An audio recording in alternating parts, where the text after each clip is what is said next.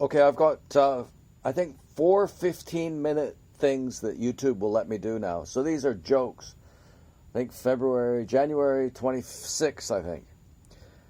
Okay, this one's mine. People would like Trump a lot better if he did not have a gold-plated toilet. Really, man. Um, so, that's just absolutely insane. But then you think about it. That toilet now, because he used it, is worth a lot more than the toilet and the gold plating on it. He could sell that and give the profits to charity. He could. As absolutely insane as you think something is, it might be insane in some different way that you never thought of. Okay, so whatever. A question for every politician: do you clean your own toilet? I want to ask every single politician that question. And if they say, well, no, I don't have time to do that, of course. Really? You don't have time messing up the country to clean your own toilet?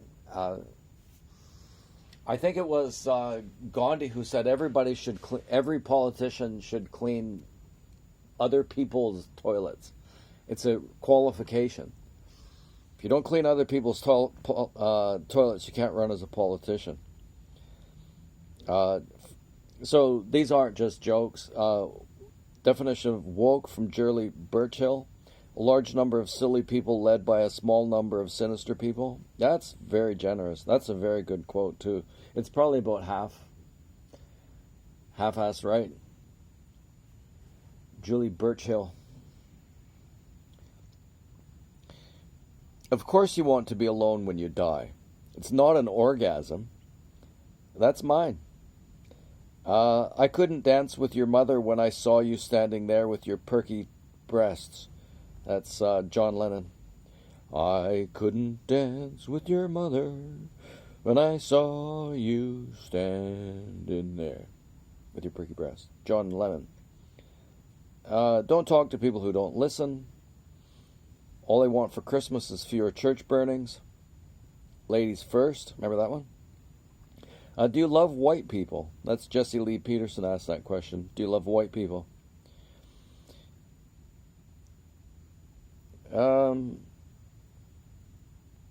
If you want people to listen to you, don't tell them to shut up.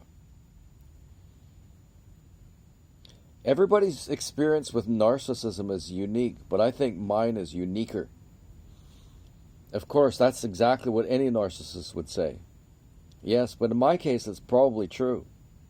Of course, that's exactly what any narcissist would say. Do you have another line, or do you just disregard everything people say in a rude and arrogant way? What are you saying? What am I saying? I'm saying that you're not half as intelligent and superior as you think you are, and you act like a narcissist.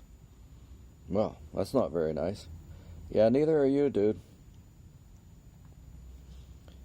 Neither are you. God smiles on those who smile on themselves. And okay, so this brings me back. Before I got cut off of YouTube, I was working on narcissist stories. And here's one thing about my narcissist stories that I think is probably pretty unique.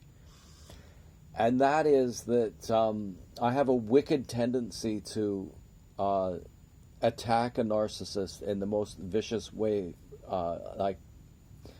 imaginable. That's not true. But I will attack a narcissist for sure. Once I feel that they've insulted me. I think that's normal. People have a normal tendency to get back at people who insult them and all that. But the things that I've done to certified narcissists, I think is maybe a little unique. It's maybe not unique for narcissists, but I think I'll let you judge for yourself once I get on to my narcissist stories. God helps those who help themselves. Which means God doesn't do anything, right? So this is not funny. I do not know where this lack of concern for women comes from in relation to transgender women in sports. That's Brett Weinstein. And then there's mine. I do know where this lack of concern comes from in relation to children. And that's from feminism and woke politics. Woke, okay, let's just go through the list quickly. The border with Mexico. Of course, you had children getting savagely abused, more so because of that. BLM, of course. The transgender stuff that they teach in school, that to kids that don't need it. Of course, that relates to kids. That increases the chance of kids being sold into sexual slavery and all that. Destruction of the biological family. So where does this lack of concern come from in relation to children? Yeah, feminism and woke politics. This is an Indian marriage. There is no choice. That's from a yogi by the name of Bikram. Wow.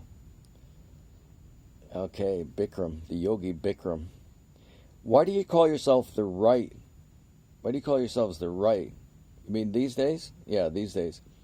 Because we are usually right. Right about the origin of COVID, right about Biden, right about the border, right about Trudeau, right about China, right about transgender indoctrination of children, right about freedom of speech, right about election fraud, right to protest, right to call it the CBC, right about Big Pharma, right about Big Tech, right about censorship, right about Biden, right about Harris, right about BLM, right about CRT, right about Antifa, right about communists, right about corruption of universities, right about elite capture, right about unrestricted warfare, right about practically everything of any importance whatsoever. That's why I'd call us the right. What's left? What's the left? A synonym for the wrong. Okay, so this is something that's not a joke at all, is it? 6 minutes, 55 seconds. I just mixed this in here. The best way to practice your philosophy is by practicing your philosophy. And the first step in that process is to describe and explain what your philosophy is. There are two aspects to my philosophy, with the scare quotes, which in an important sense is not mine or yours at all. It was described and explained first by the ancient Greeks, but was not precisely invented by them. It wasn't said discovered much in the way that mathematics are not created but discovered. There is no universe in which mathematics could be invented, in which 2 plus 2 equals 5. And there is no possible human population in which the truth described here could be found to be lies. It is simply impossible. Really. It would have, if what I'm about to describe is wrong, it would have to be a description of something that's not human beings. Okay, there was a time in the West, perhaps 100 years ago, when the things I'm going to describe here would have been thought of as the birthright of every Western child. To not know what I'm going to say here would have been, and still is, to be uneducated in the most profound sense of the word. The philosophy presented here is easy to understand. In fact, you know it. You know already most of it. If you don't, you are not a sane, rational person with any connection to your own soul. It is a painful condition. A living hell, in fact, and I know because I lived like that for a period of time, as have most people to varying degrees. The truth of what I'm going to say will be obvious, and you should take that as an indication that it is the truth. You are a wise person. The only original things here are the consciousness, conciseness of the description. I wouldn't go so far as to say that exactly. I bet there's been more concise descriptions of what I'm about to say. Okay, but there's a certain juxtaposition here that I've never seen, except juxtaposed between about 15 pages of a book called The Story of Philosophy by Durant. I mean, really, all I did was took out 35 pages or something like that. Okay, anyway. Free field to disagree, by the way. No statement of philosophy is anything if not an invitation to criticism.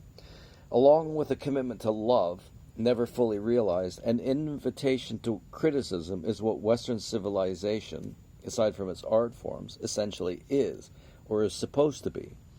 It may be difficult to believe that a group of civilizations that have committed so many atrocities is committed essentially to love, but there is no question that is its fundamental origin. Love your enemy. is one of the most foundational principles of Christianity. Christianity is the fundamental platform of Western civilization, with caveats. Rebellion against Christianity is almost as important to Christianity, but not quite. And most of what we know about philosophy came before Christianity even existed. So, of course, it's all very complicated. Anyway, again, please feel free to criticize this essay. The best truth-seeking is usually done collaboratively, and besides, shutting down criticism is essentially the hate, the opposite of love, which, again, is ostensibly the basis of Western civilization. To restrict a person's freedom of expression is much like imprisoning him, and is definitely a form of torture. Conservatism is simply the love of what we have, and what we have, or had, is in its most common ways the greatest collection of civilizations that have ever existed, and by far. That is why so many countries such as Taiwan have emulated it. The only real challenge to the Western model as an ideal has come from communist countries, particularly China, which have already colonized most of the world. Canada is a vassal state of China, as are most Western countries, because China has already corrupted most of the elite, I put in brackets, snake classes. There's no question about this. Chinese have thousands of years of experience with elite capture, and it works in a very simple way, and that's by exploiting greed and narcissism. They just pay off the university professors, pay off the politicians, pay off the CEOs, and it's called elite capture. And unrestricted warfare means making sure that nothing but bullshit is taught in universities, and that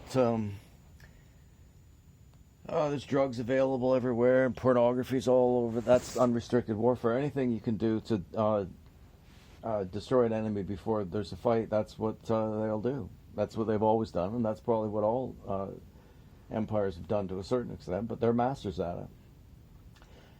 Okay, the critical philosophies taught in Western universities take the right to criticize and demand it for themselves while near simultaneously denying the right of others to criticize their criticism. So for 50 years they did nothing but criticize, harp away, criticize every single thing. It's what they've been taught to do since about the 1910s or what. It sort of has a grounding in Socratic philosophy, actually, because that's what world question everything. And in this way, they betray their literal hatred of both humanity and truth-seeking. All right, sweetie. Okay, my back's tired.